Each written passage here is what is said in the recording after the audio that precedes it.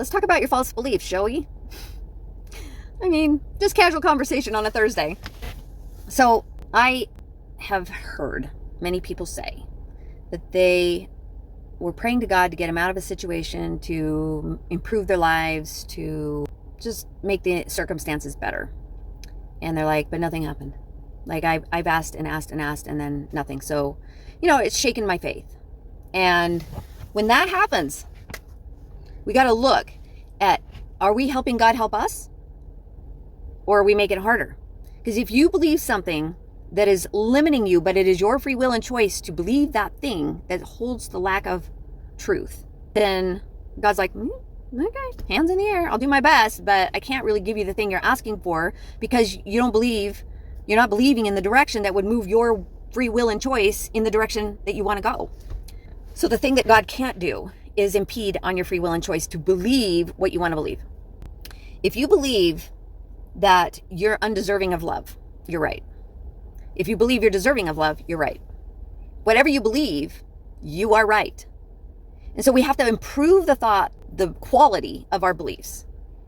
So let me show you how. Let me teach you how. Truth feels good. Why?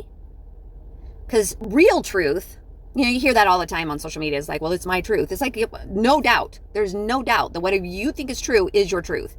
And if it's working for you, it holds the fullness of truth, and truth feels good. But if it doesn't feel good, it holds a lack of truth. And so it's a false belief that you're acting as if it's full truth, but it doesn't serve you. So you're not getting anywhere. It's just spinning in circles. And you can't seem to exit the roundabout of the frustration. So real truth, it feels good. And good feels like God. God and good are just one O away. Right? So if truth, which is the fullness, right? I am the truth, the life, and the way is Christ describing nothing is missing in his atoning sacrifice. So in the Hebrew language, truth is the first letter of the alphabet and the last letter of the alphabet because nothing's missing. It's all included. Everything's in the middle between the first and the last, alpha and omega. Yeah? So when we talk about truth, when you're like, this is my truth, if it makes you feel good, you're operating with the fullness of truth. And truth, love, and light are all synonymous.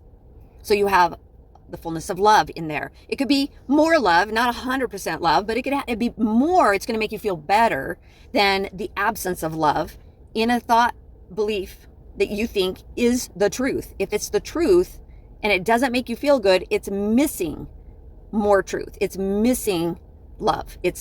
Something's lacking. Something's absent.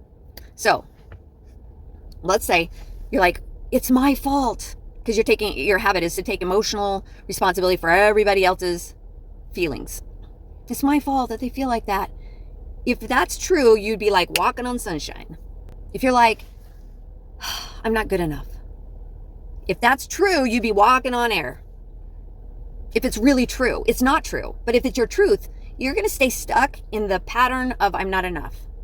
You're going to stay stuck in the pattern of I don't deserve better. But we can be praying, please help us feel loved. Please help us. But if you're like, well, I don't deserve love, please help me feel loved. God's like, I'm trying.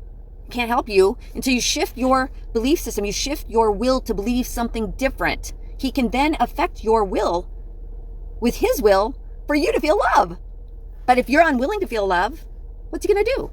He can't take your will from you to believe something better. He can give you opportunities. He can put people in front of you. He can show you all the ways, but you're like, yeah, but I'm not deserving of love. And that might be a subconscious thing, right? Your brain, only 5% of your belief systems are conscious. The other 95 are in your body. And you're like, I don't know.